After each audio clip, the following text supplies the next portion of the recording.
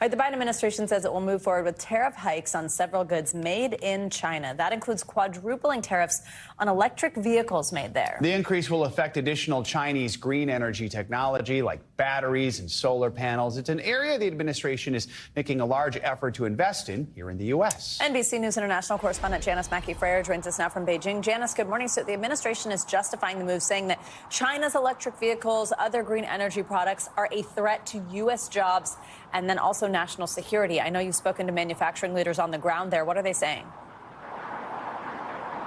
Well, these hikes are effectively an update to tariffs that were put in place under the Trump administration and are now being reviewed by the Biden administration. The biggest hike, of course, this 100% tariff on Chinese electric vehicles, which is quadruple what the tariff is now. And by comparison, vehicle imports under the U.S., Mexico, Canada free trade agreement are only 2.5%.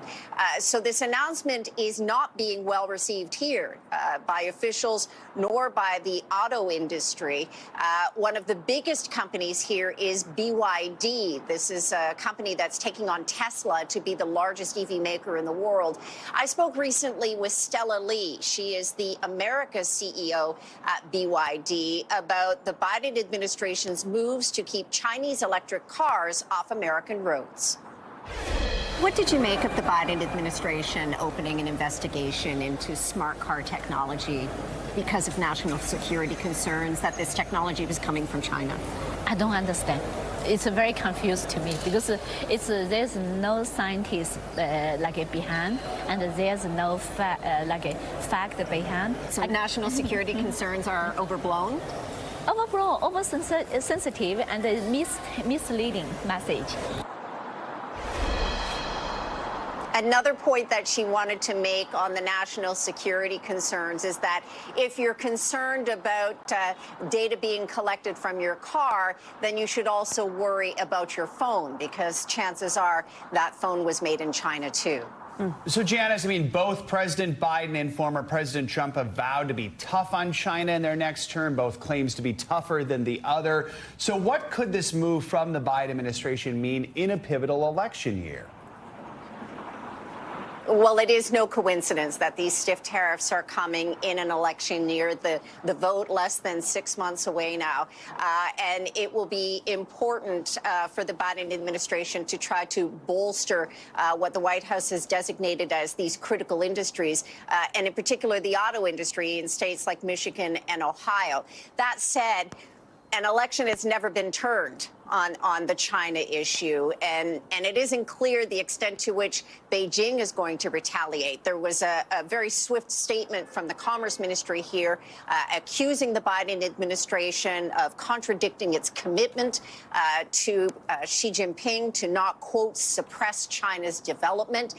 But it's also no secret that China's economy is sagging right now, and a trade war with the United States is certainly not going to help it.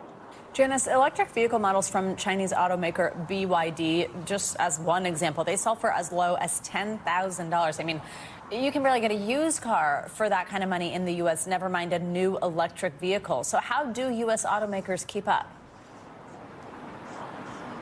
Well, that's the golden question. And I mean, on BYD's cars and other cars from Chinese electric vehicle makers, I've test driven a few of them, and the quality and design have been seen as really improving over the past decade. In addition to that, the charging network is in place here. So the infrastructure piece is in place for Chinese electric vehicles to thrive in the Chinese market.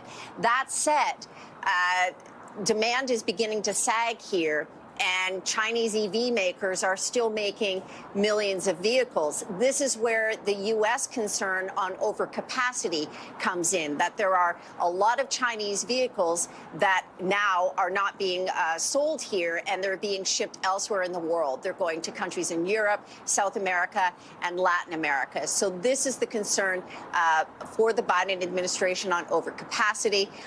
Companies like BYD are also setting up factories in Mexico So that's raising concerns as well. Just one last quick point. I spoke recently with the former CEO of Ford, and he was saying that trade barriers and tariffs are going to be important to protect the U.S. market, to give automakers in America the time to catch up. Joe and Savannah. All right, Janis, thank you so much. Thanks for watching. Stay updated about breaking news and top stories on the NBC News app or follow us on social media.